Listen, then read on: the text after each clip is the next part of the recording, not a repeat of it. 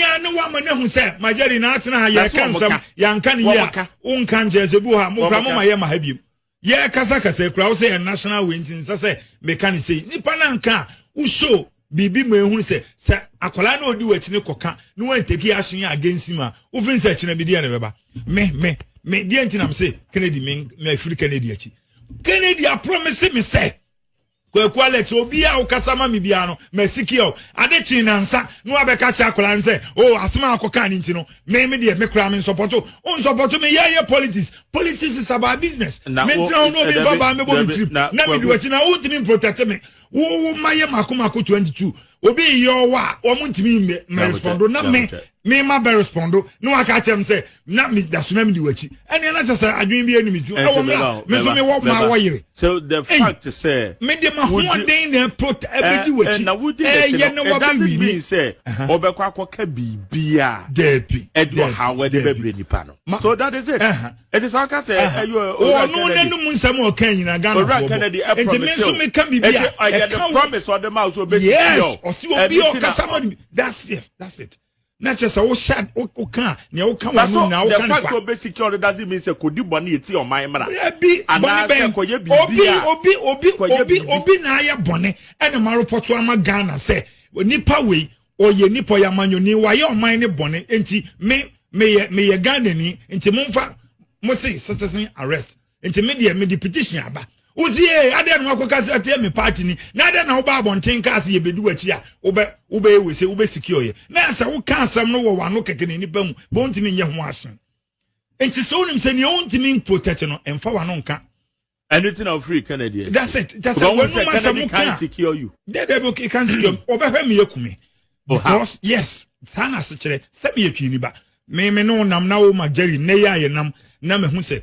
untimi protect me onso aka chem say anopa makofo oba no aka chem say me secure me take care of you nya de chi no oba no ebehu no na ne nsam da abonten a na me da no mi nsam a wo kan ya emu ne ye crime owura Kennedy kan ye crime ono fin say o ye ne party fo na ni be so na chen wo ntigo de wo koto abonten e ma ne party fo na gina tum never ye nya ne sa it's a politics ye nya ne sa nya bibia na ye kan politics nya bibia na ye kan titi okay wa admit it because who say wa admit it bibia na wo ye pani a wo pani die mante what enso onte ye pani ye bibia wo so wo bebie wano aka masa ana wo betumi secure me na me ho na me ba matena ho ma obi akokumi na me ma na o ma be ka kire on say ada bi ye politics da bi enti wo hu a agye ne wonim nyansa ene wo hu sa signal na we eye warning eye flag red flag ye de kirewa ne wo hu ba bi a wo gina nya sa emwa politics ye nya ne sa se wo devote wo hu akobu obi nya se ono ne ma osika nya wo ntini fi ono ka mu na wo de wo ho den ni we kobo ano na wa ye niema ebetumi ama wawu wo life efru nsa na wo se na wano na ne nsesa nka wo bie me wa mie na no anka se dada yidi na chigina yes minim say me ye bibia with man cost so what I say eti obi beka say I will secure you doesn't mean say a word it doesn't mean say kodi bone na bra no secure majeri bone ni say eti bia da wo ye no eti the party mra eti the party for Bible say the atemwo be free ye fie wo so the be free ni fie o be free asofo so unkonfo ni yakromfo unzo preach say ye honesty ma republic na ne wo kan metie wenu masem se da bi ene papa we yedi na chi a oye correct na nkofo ni wiade ne aka wo se da bi se be nkofo ne kra se ne wo kan no etwa butu asem na wo kan no ntimi ntie ne wo o na na se ne wo kan abontin nyina no mitie wa eye kasa keke ebusia asema bawo alesete pa na kasa ya na se nya ono a that's after watching the video ne it's like I'm kind of confused. I was like are you sure say Alexate Nekasano? And now it will be for Alexate. This guy have been going around insulting Baomia left and right center. And today, Charlie Ken Company was so giddy. Ebusia, Uko Piemu, away Canadian Agyapong camp for the one of the loyal supporters are no motive dia soa, Omudi Baomia, any Samira Baomia, any MPP for Tempano. Aya papa your friend say Alex Tetteh.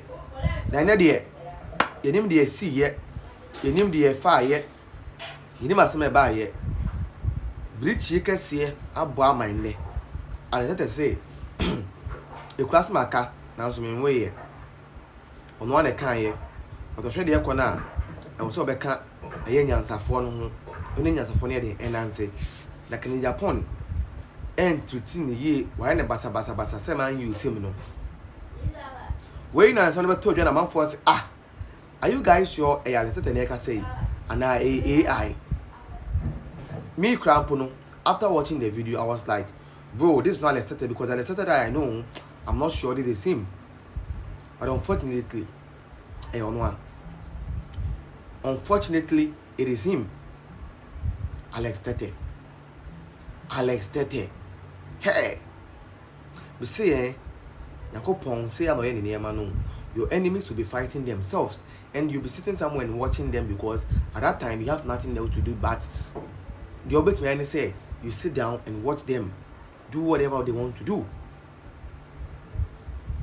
And I'm telling you, Bawumia is going to win the elections. It is facts. Now, me just about this time come Honum Eru. And it's not going to be easy for them because see, the things that this guy have said from time immemorial, bro. I'm also to make and be our own. Uti en seminar like Otokona yam to show this guy in Semu Waka. It is not easy, and I'm very glad that today he has finally left that camp.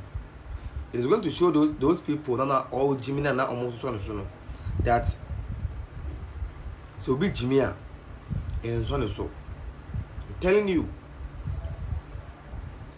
and today we are all going to witness everything together because today we can pinpoint and say that after all the things that she said about Bawumia and his wife, today, after leaving Ken's camp, confirmed that it was lies, it was propaganda, it was fabricated, it was something that they were just doing to please themselves, and Ghanaians are wise now.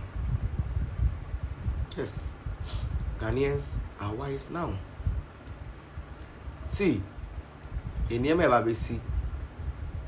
the next coming days, you wouldn't understand. You wouldn't understand. But I'm very sure that Dr. Bawumia, at the end of the day, will be the winner. And that time, we can now sit down and have a discussion. But for now, let's leave everything for those people to continue fighting. Now, yes, we have to share a camp. We don't have camp, but we have MPP. And the MPP is Dr. Bawumia. And Dr. Bawumia is the MPP. If you have just show any promise, the blogger.